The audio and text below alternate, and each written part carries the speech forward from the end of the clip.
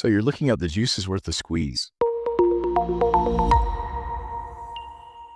This is a great analysis uh, to run about overall business models and then individual methodology, tactics, et cetera, that you might use in sales and marketing of products and services. The juice is the output. So let's call the juice the revenue. The squeeze, let's imagine I'm squeezing juice out of an orange. That's the labor.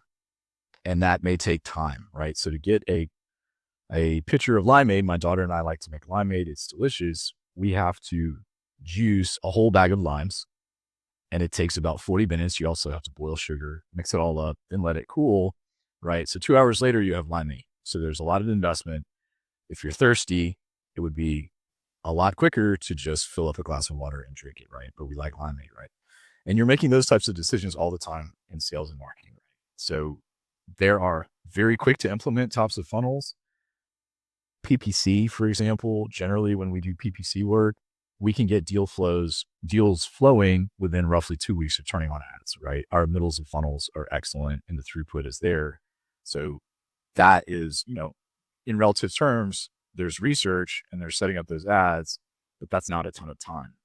Compare that to developing a podcast. A podcast, each individual episode has to be recorded, right? Which requires a script or at least a concept.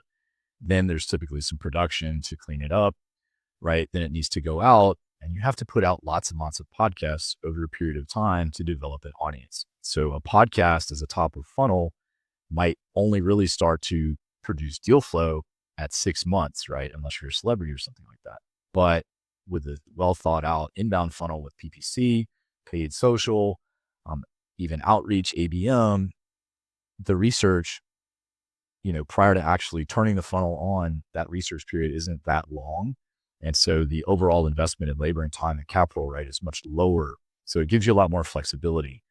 But for any go-to-market, you need to understand what is the true revenue opportunity, right? So we see, folks that are going after really small amount of juice, i.e. products that aren't worth very much, and putting a ton of labor into them. And we say, you know what? I think you could put the same amount of labor into selling something much more expensive.